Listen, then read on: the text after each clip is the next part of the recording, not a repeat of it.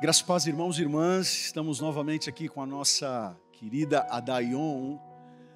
Podemos aplaudir a Jesus pela Adaion, Deus abençoe. Estamos gravando esse culto nesse domingo, dia 17 de março, e agora vai estar passando aí no dia 19 de março. Estamos voltando. Como vocês sabem, uma grande parte de vocês, fomos assaltados de todo o nosso equipamento. E agora estamos, aos poucos, comprando o que precisa ser comprado. E a nossa tecnologia, até por conta da estrutura, ainda nos dá condições de apenas gravarmos no domingo e repassarmos isso na terça-feira.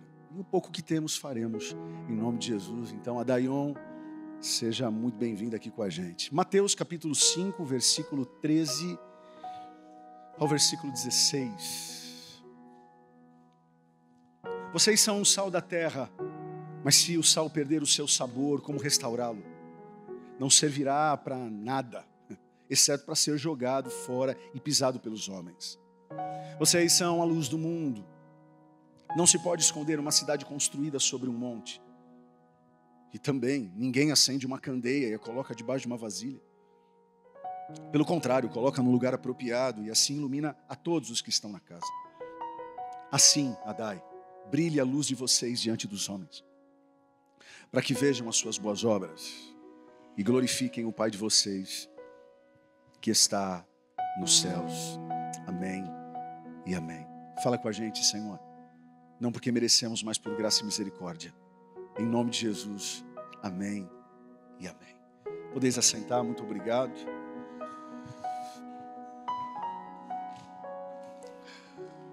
Louvado seja Deus. Nós estamos terminando hoje, como vocês estão vendo aqui no telão, trazendo à existência aquilo que não existe. Ou, para aqueles que não têm fé em Jesus, loucura mesmo. Nós estamos terminando hoje uma série de mensagens chamada Vivendo como Jesus. No primeiro domingo falamos sobre o desafio de amar como Ele amou. Agora, no último domingo, trabalhamos servir como Ele serviu. E terminando hoje essa tríade, influenciando como Jesus influenciou. E esse texto ele é clássico a respeito de influência. Quando a gente pensa em sal, no primeiro século o sal ele não servia apenas para salgar, que já era uma coisa boa. Mas a utilidade do sal, muito mais do que salgar, era conservar. Naquela época, 2000 anos atrás, você não tem refrigeração. Até hoje, em alguns cantos do nosso país, a melhor forma de você conservar um peixe ou coisa do gênero é você colocar sal no peixe.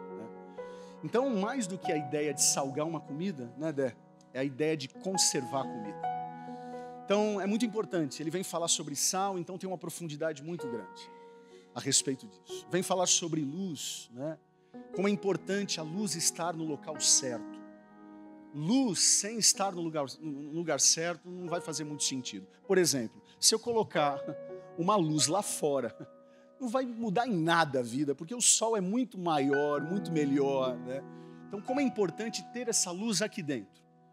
Se não tivéssemos essas luzes ligadas e todas as portas fechadas, com certeza o ambiente estaria escuro. Então, eu estou falando aqui o óbvio, mas é importante, porque Jesus ele não foi complexo no seu ensinamento. Às vezes a gente acha que Jesus, na sua profundidade, era complexo. Não, ele era profundo, mas era simples.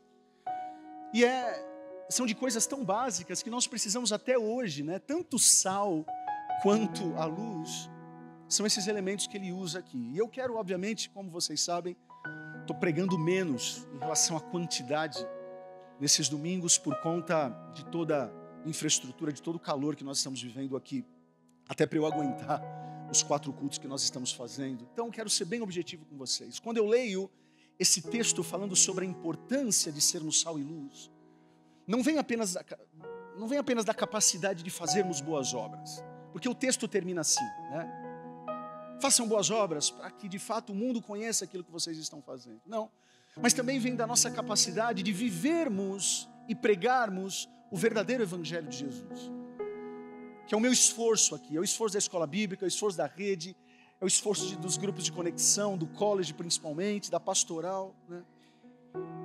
Mesmo que nós cristãos tenhamos recebido dons e chamados diferentes, não podemos desassociar obras sociais do Evangelho. Nós precisamos nos preocupar sim pelo sustento físico das pessoas. E nós aqui atendemos muitas famílias e queremos atender ainda mais. Eu não vejo a hora do Movimento Flores fazer um trabalho lindo com mulheres aqui próximo desse bairro, que vocês sabem muito bem os desafios que elas têm.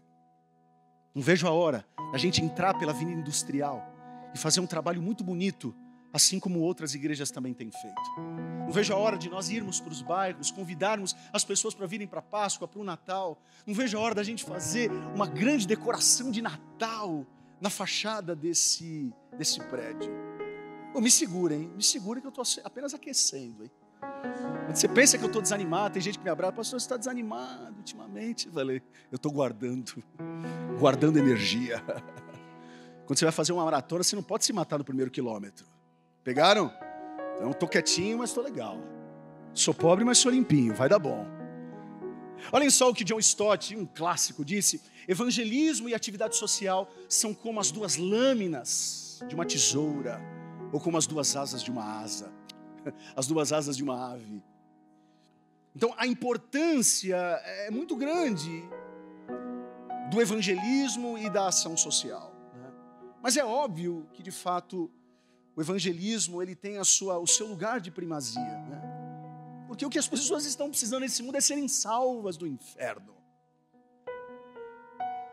E eu acho que a igreja pode colaborar com isso, tanto na questão da salvação, como também na questão da ação social. E por que o evangelho é tão vital? 2 pontos importantes, e eu prometo que eu coloco esse resumo do sermão nas nossas redes sociais, no nosso Telegram e nos nossos grupos de WhatsApp. Primeiro, o evangelho transforma pessoas. Posso ouvir um amém? Me transformou, te transformou. Eu fico imaginando o caos geracional que seria se a minha tria-avó não tivesse aceitado a Jesus.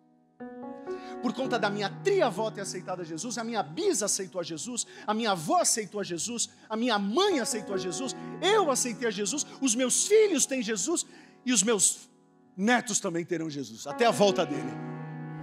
Por isso que é importante nós entendermos da riqueza do evangelho para a nossa geração.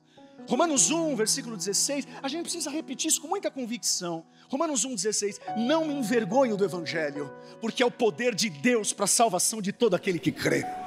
Eu sei que você está abanando aí, mas para fazer mais ventinho, dá uma salva de palmas. Esse é o tipo de versículo que a gente não pode se esquecer. Não me envergonho do evangelho, porque o evangelho é poder de Deus. Se o pecado é a raiz do egocentrismo, a salvação em Cristo é o remédio para isso. A fé em Jesus Cristo leva amor, e o amor leva ao serviço, e o serviço leva à influência. Assim, a atividade social, que é serviço amoroso aos necessitados, deveria ser o resultado inevitável da fé salvadora, mesmo que infelizmente tenhamos de confessar que isso nem sempre acontece. Eu vejo muitas igrejas preocupadas em evangelizar, enquanto isso outras religiões fazem trabalhos sociais louváveis.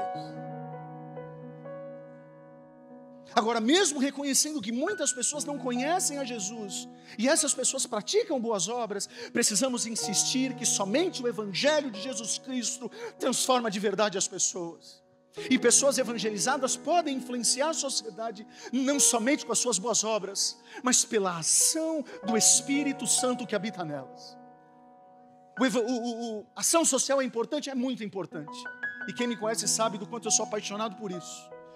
Mas ação social não muda a vida de ninguém.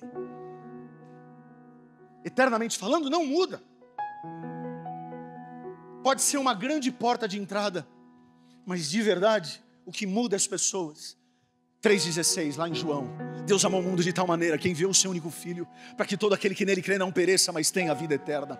Você não está aqui porque você recebeu uma cesta básica. Você está aqui porque um dia o evangelho entrou na tua alma e queimou o teu coração. Uma certa vez, John Taylor, um grande teólogo, disse: salvação não é igual à solução social.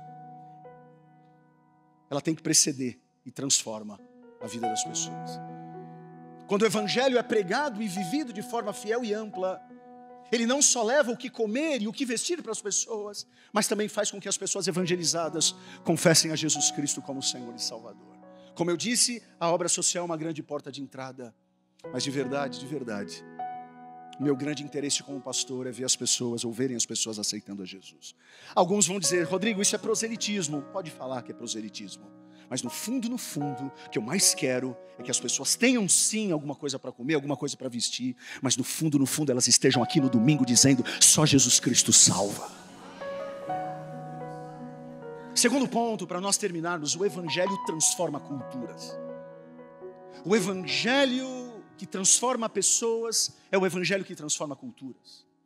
Um dos maiores obstáculos para a mudança social é o conservadorismo cultural. Nós estamos aqui com a Deia. A Deia está aqui nesse culto? Cadê a Deia?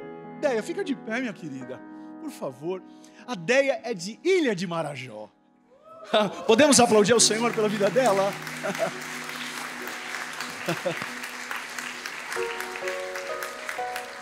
Deia, fica de pé um pouquinho. Eu sei que você não gosta muito disso, mas estou nem aí também.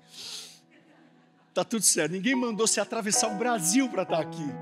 Todos nós ficamos impactados aí com toda essa loucura aí da música e tal e tal. Mas gente, a gente já está falando de Ilha de Marajó já há um tempo. A própria Damares, não a cantora, a ministra, já estava falando de Ilha de Marajó e a gente não deu muito ouvido, entre aspas, né? Mas a Déia sabe o que eu estou pregando aqui. Do quanto que uma cultura enraizada no espaço. Nós estamos falando de meninas de 7 anos, não é isso, Déia?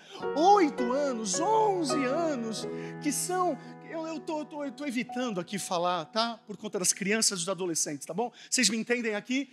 Crianças de 7, 8 anos são vendidas, são colocadas para pessoas das próprias famílias fazerem aquilo que você sabe que está fazendo. Mas eu creio, Déia, que com a tua força, com a força da igreja, homens e mulheres lavados, e não é obra social que vai mudar aquilo, mas é o Evangelho poderoso que vai transformar a cultura daquele lugar, em nome de Jesus Cristo. Pode sentar, Déia. Leis, instituições, costumes lá de Marajó, e seja onde for, serão impactados pelo Evangelho de Jesus. O cristianismo começa com fé em Cristo e termina com serviço no mundo. Eu amo isso. Eu amo isso. Você fala: Rodrigo, você não é muito animadinho, não é muito utópico pensar nisso. Quando eu penso nisso, eu penso em William Wilberforce. William Wilberforce, só para vocês terem uma noção, ele vivia num momento onde escravismo era uma coisa comum na Inglaterra. E ele era um cara aconselhado por nada mais, nada menos que John Wesley. John Wesley, um pregador, ele pregava e falava de Jesus. E William Wilberforce, ele ia na ação social. Eles eram parceiros. O William era crente também. O Wesley estava no púlpito. O William Wilberforce estava nas ruas. Essa parceria é muito boa. O Wesley aconselhava o Wilberforce também aconselhava o Wesley. Qual era a grande paixão? A gente falou disso do Summit, né? Qual é a tua grande paixão na vida? Bom, a grande paixão do William Wilberforce era acabar com o escravismo na Inglaterra. Mas é muita loucura isso. Ele lutou por isso 40 anos. 4 dias antes da sua morte chega a informação: William, a tua lei foi aprovada.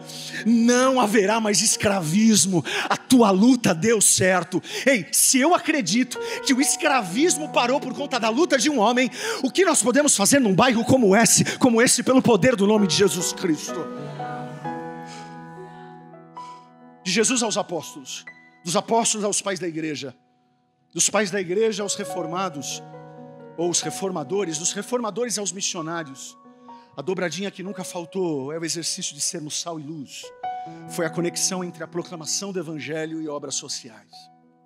Se continuarmos assim e aumentarmos gradativamente a nossa influência, eu tenho absoluta convicção que por mais que o mundo esteja de mal a pior, a igreja vai avançando de bem a melhor.